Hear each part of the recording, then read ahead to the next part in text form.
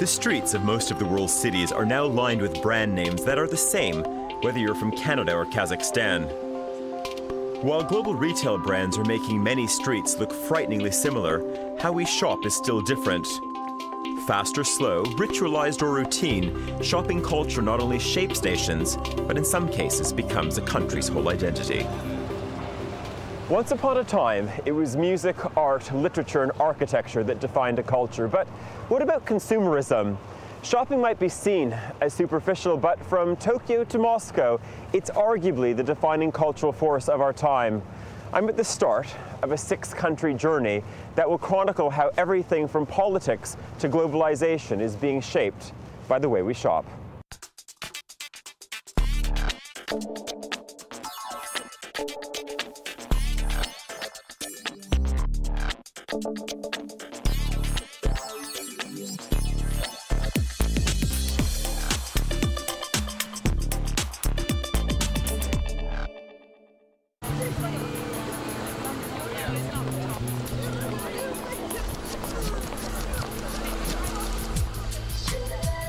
Here in Moscow, it's a retail revolution rather than a good old-fashioned political one that's changing the way Russians see themselves. As usual with Russian revolutions, much of the action is taking place right here on Red Square. You only have to peek inside the old State Department store GUM, opposite the Kremlin, to glimpse a new Russia unfolding before your eyes. Luxury is at the very heart of what's going on here. There's a devotion to opulence and grandeur that harks back to the Tsarist days. But less than 20 years after the fall of communism, the question is this: how far can new Russian consumer power drive this transitional society? And how quickly will it happen? Because here, the past is never very far behind you. Russia's experiment with consumerism is still less than 20 years old, yet it feels slightly odd to be walking along Red Square and seeing a bunch of luxury goods stores staring out at Lenin's tomb. We've come to Moscow because this city is at the heart of a retail revolution which is not only changing urban planning, but creating a whole new class system. The new Moscow is all about new money because there isn't really any old money here. Aliya Nadoletskaya has been at the helm of Russian Vogue since its launch 7 years ago and has witnessed the emergence of new classes, like the oligarchs or Russian multimillionaires. There is this image of the Russian abroad, and you see them on Rodeo Drive, and they're going down Sloane Street, and they're skiing in Samoritz. Who are these new Russians? Can you sketch that oligarch and his wife? Well, let's put it this way. First of all, I think the word oligarch already is old-fashioned. It's like new Russians, new Russians. You know, who are new Russians? I'm new Russian, no? I am. And who is an oligarch? A person who's got 1 million or 20 million or 22 billion? What are we talking about? So let's talk very wealthy people who can afford to buy a house in Regent Street or off Stanhope Gardens or whatever. And yes, everyone is looking at them because they spend a lot of money. And whenever somebody, be it Arabs, some 10 years ago, no, Russians, spent so much money, they attract the attention immediately. Yes, they're there and they are spending money. Why? Because they love it and because they have it. Having it and loving it is the subject of one of Russia's best-selling novels by Oksana Robsky. She's not just an oligarch's wife, she's an oligarch's widow. Since her husband was assassinated, she only ever goes shopping with her bodyguard in tow.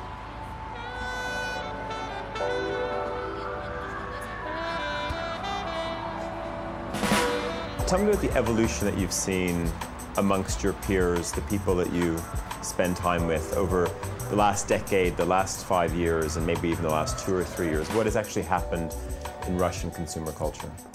Вот, а если говорить о глобальном, о чем-то, то, конечно, эта эволюция произошла лет, наверное, 12 назад, 13 лет назад. То есть, когда менялся на уровне менталитета, если вы это имеете в виду.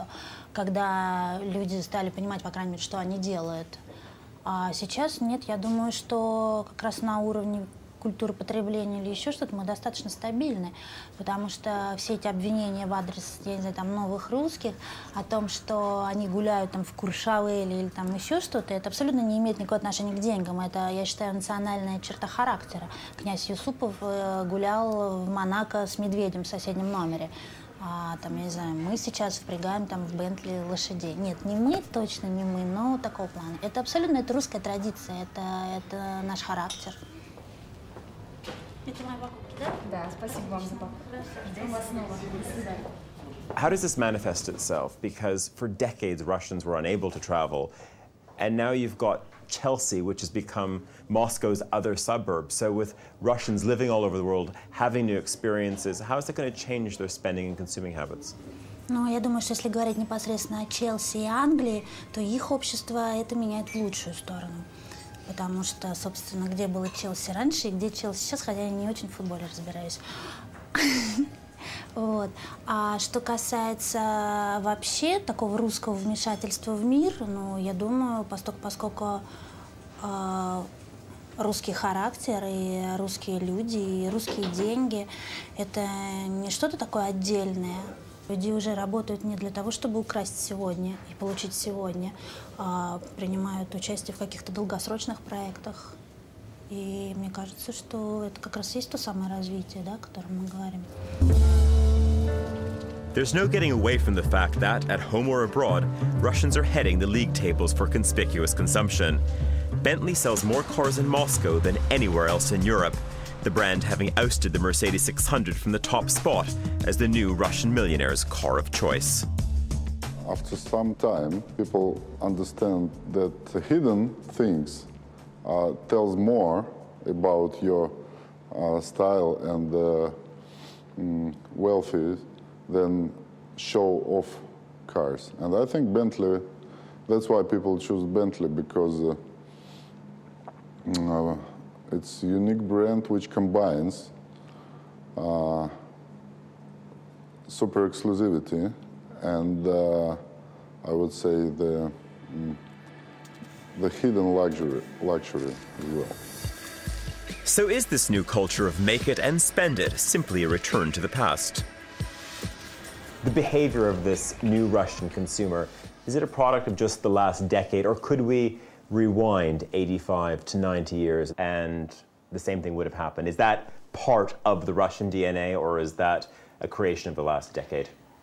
To tell you the truth, if we wind back, okay, 85, 90, and if you take Russian dvoryanstvo, which is sort of aristocracy and round aristocracy, people who did have money, who did have land, who did have anything they needed, very good assets, they would send their personal shopper, they didn't call him that way, to Paris and get the hat by the latest train to go into the, you know, to the reception with the Tsar, just to have the latest hat. So I think there is something in DNA there.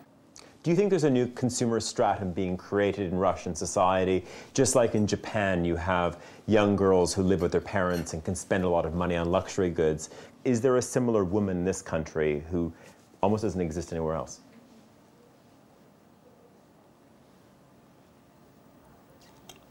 It's a tough question. I think in a certain way, in the year 2005, Russia is a bit in a transition. Let me explain. There was, say, some 3 years ago, this stratum of women who were either the wives or, you know, the lovers of very, very rich people who could afford anything. And they've been talked about a lot. And I think at the moment we are going to a slightly different generation where, on the one hand, there are children of very rich people who are becoming more discerning in what they do and how they spend parents or family money. And on the other hand, there are very ambitious women who learned how to make money and how to earn it, be it a banker or some very talented stock exchange manager, whatever, who are beginning to shape up this new stratum. So at the moment, I think we're in transition.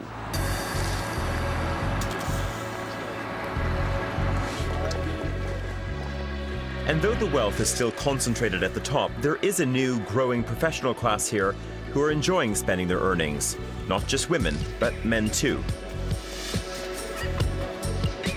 The main change is a change of mentality. mentality, not only consumers, but all the people who live here in Russia, in Moscow especially. This mentality has changed very much, very much. First of all, this is an attitude toward the life, the style of life. Last 5 years, we can see that we have a very new feeling of consumer culture. So I think the main idea of consumer culture here in Russia is so that we did, or we have done, a very fast jump from absolutely nothing, total nothing, to total everything. The specter of nothing on the shelves still haunts people here. The State Department store GUM has been witness to the ups and downs of Russia's retail history. Having survived the revolution, by the 50s it was one of only a few places where there were any goods to buy. Muscovites loved it and flocked to it, but by 1992, like the Soviet economy, it had nothing much to offer. За всем очередь, в принципе. Так что стоять на очередь в основном уходит время. Может быть, час в день или побольше? Иногда бывает, что и больше, смотря зачем стоишь. Поэтому иногда бывает, что стоишь и 5 часов, если нужно что-то очень хорошее.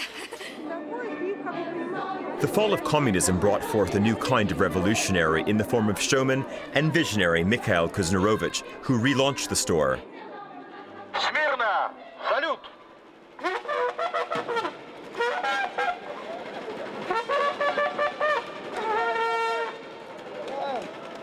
But will it ever cater to the masses again? When you survey the retail scene in this country, is every level being addressed? Is every consumer being catered for, do you think?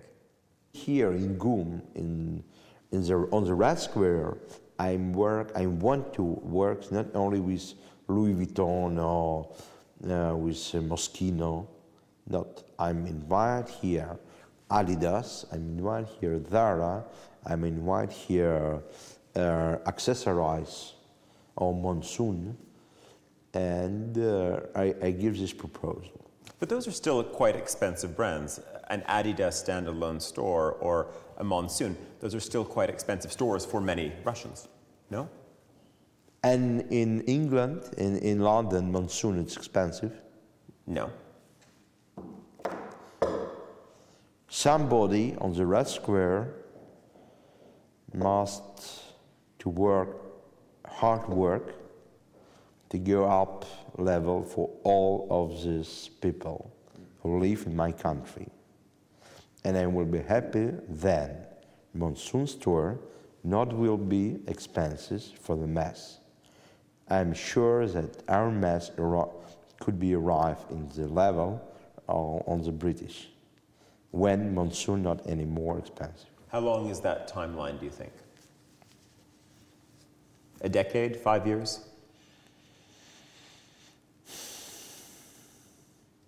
Not easy question, not easy answer.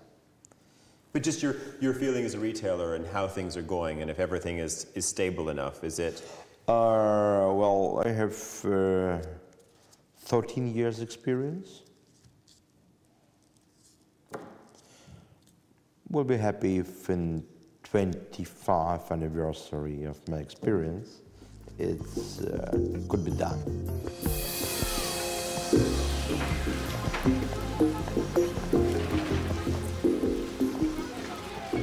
Moscow is a city of contrast, to say the least, and for many Muscovites, this type of shopping environment is typical of daily life, a collection of kiosks located around a major metro center.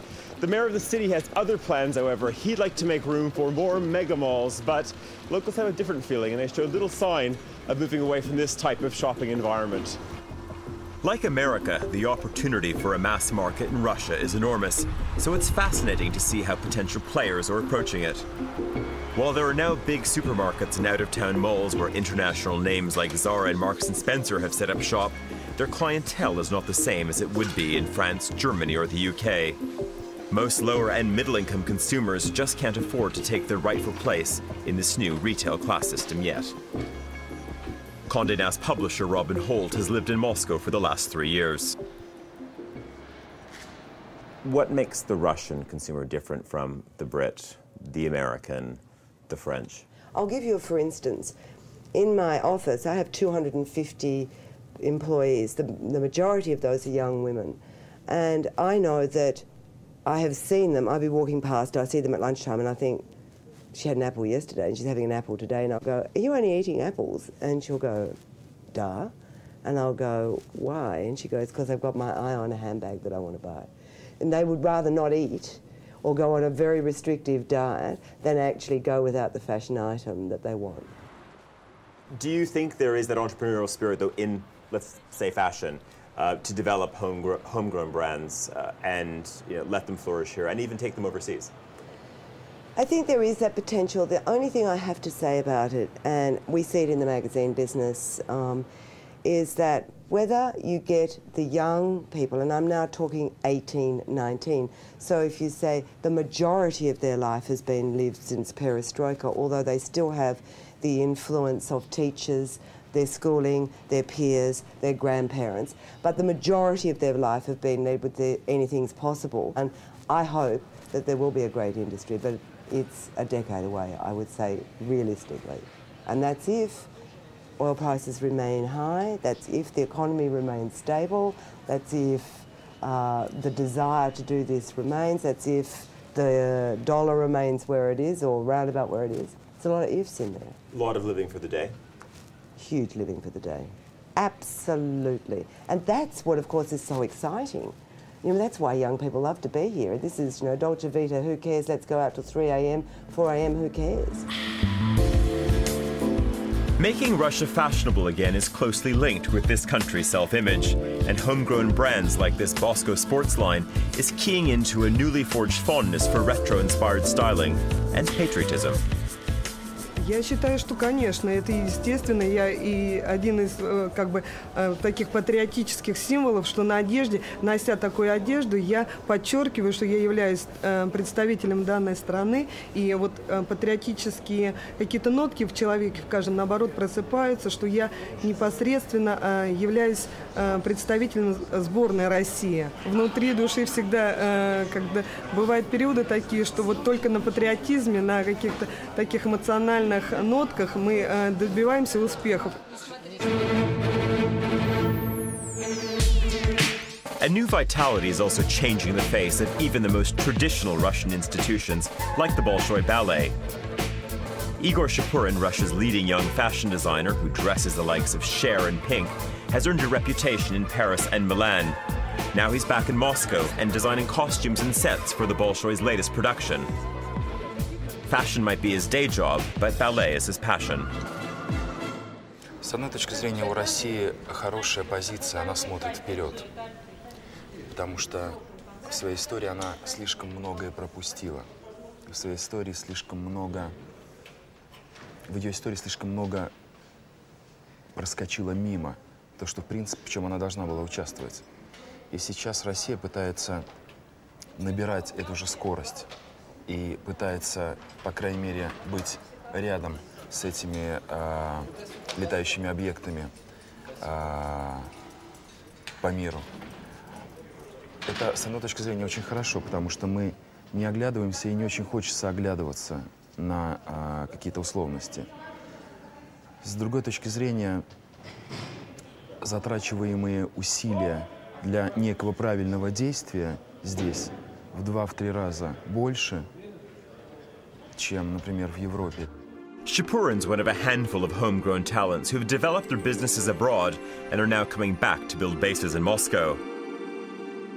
He's just set up a new atelier where he's hoping to employ Russian seamstresses to produce his designs locally. This is a huge step forward in a society where craftsmanship had all but disappeared during the Soviet era. С одной точки зрения, русская индустрия моды развивается очень стремительно, большими темпами. С другой точки зрения, еще более стремительно развивается рынок появления в России западных топ-марок, которые, в принципе, заполнили все пространство. От люкса до одежды для среднего класса и также для, может быть, даже и не совсем имущих людей. И русская мода в какой-то степени наверное, во многом уже зажата в этой ситуации. Ибо экономически создавать здесь что-то новое сложно. Фэшн-индустрия — это некий новый сад, который только-только начинает расти. И, соответственно, ему бороться с фэшн-монстрами безумно тяжело. Но самое главное, какой барьер преодолела русская мода, это то, что русские потребители не считают неприятным, не считают больше неприятным носить русский товар, русскую продукцию. И это замечательно, это очень большая победа. 92-93 год слово «русское» в неком продукте это считалось просто дурным тоном.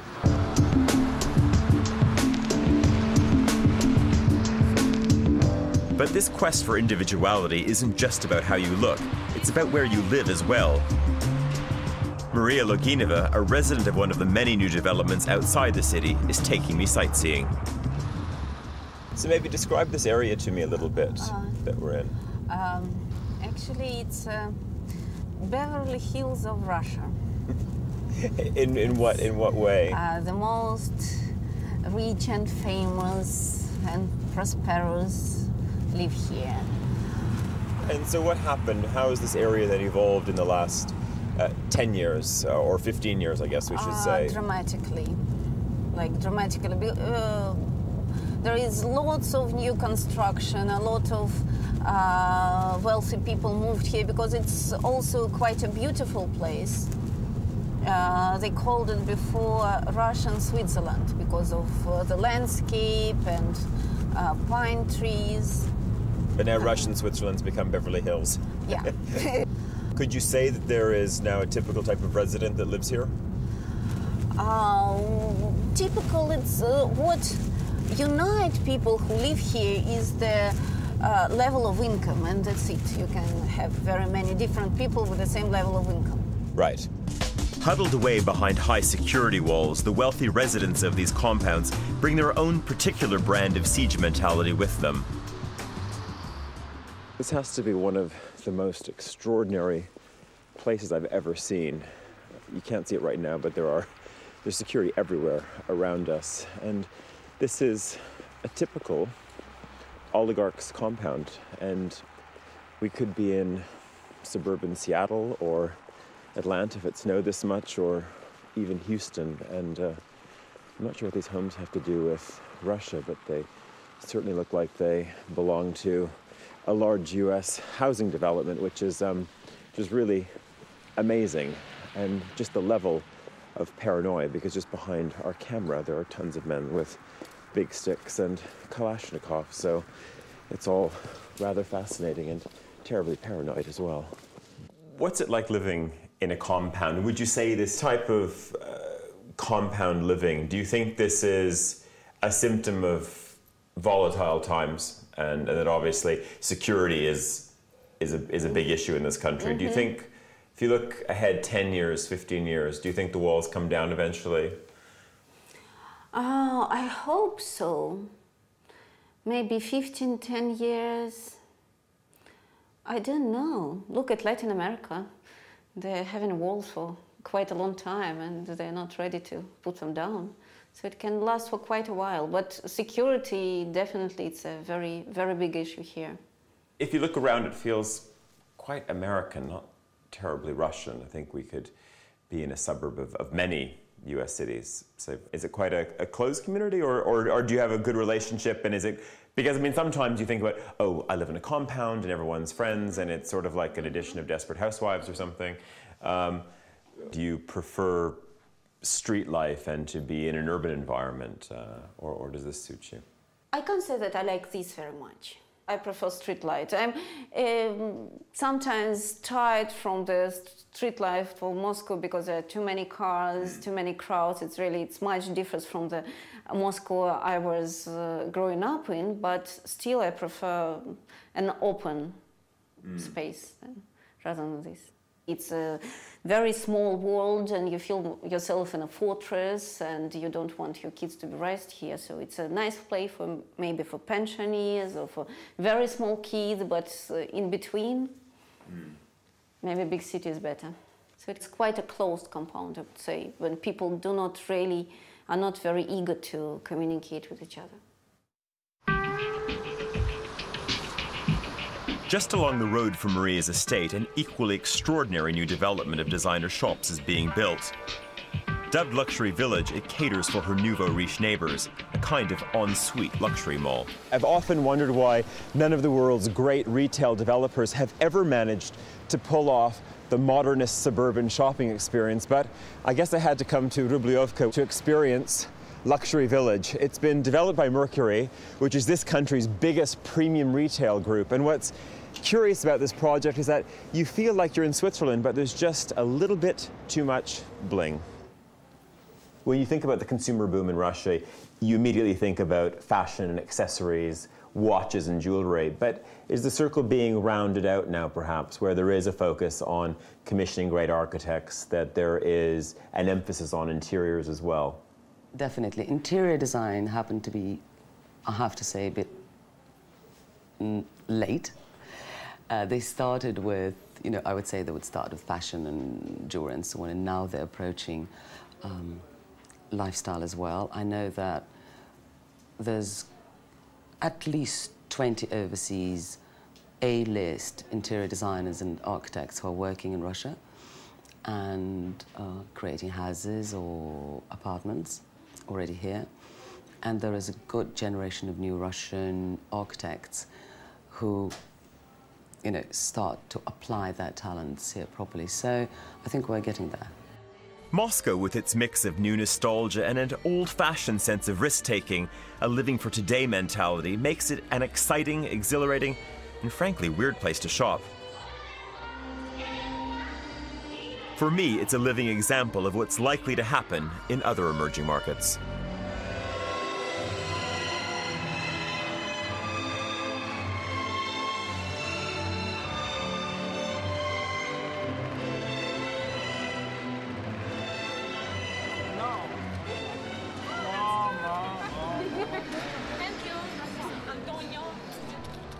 Water cooler chat is very interesting because it is very divided between young people who think that anything's possible and other young people who are waiting, as their grandparents say, for the bubble to burst. So we've still got this mixture of but it could all disappear tomorrow, so why not live today? Well, that's it from Moscow. I'm off to Stockholm to look at retail at its most democratic.